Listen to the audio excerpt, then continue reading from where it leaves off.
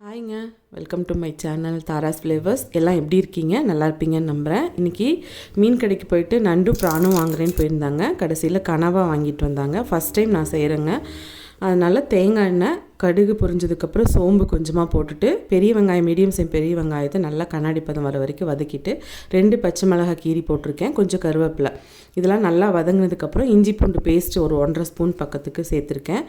அதுவும் நல்லா அந்த பச்சை வாசம் போனதுக்கப்புறம் தக்காளி 2 நான் தக்காளி எடுத்திருக்கேன்.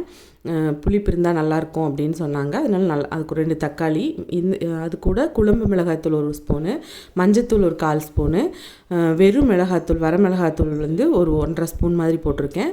நீங்கள் காரத்துக்கு தகுந்த மாதிரி போட்டுக்கலாம். மல்லித்தூள் ஒரு 1 ஸ்பூன் மட்டும் போட்டிருக்கேன். இது எல்லாமே நல்லா வதங்கினதையும்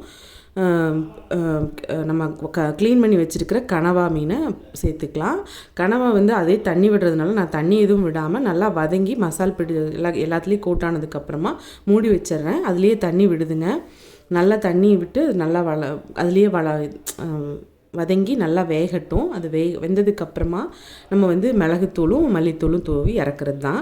கடைசியாக நான் என்ன பண்ணியிருப்பேன்னா, கொஞ்சம் கரம் மசாலா தூள் கொஞ்சம் ஃப்ளேவருக்காகவும் கொஞ்சம் கலருக்காக காஷ்மீரி தூளும் ஒரு 1/2 ஸ்பூன் சேர்த்துருப்பேன்.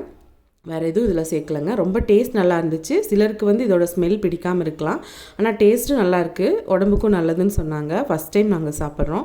யாராவது ட்ரை பண்ணாமல் இருந்தீங்கன்னா இது ரொம்ப ஈஸியாக செய்கிறது தான். ட்ரை பண்ணி பாருங்கள். நம்ம தண்ணி எதுவும் சேர்க்க கூடாதுங்க. சேர்த்தோம்னா தண்ணி விட்ட மாதிரி இருக்குது. நான் தொக்கு மாதிரி பண்ணதுனால சேர்க்கலை. கடைசியாக மிளகுத்தூள் மட்டும் வீட்லேயே பிடிச்சது தான் சேர்த்து இறக்கிடுறேன்.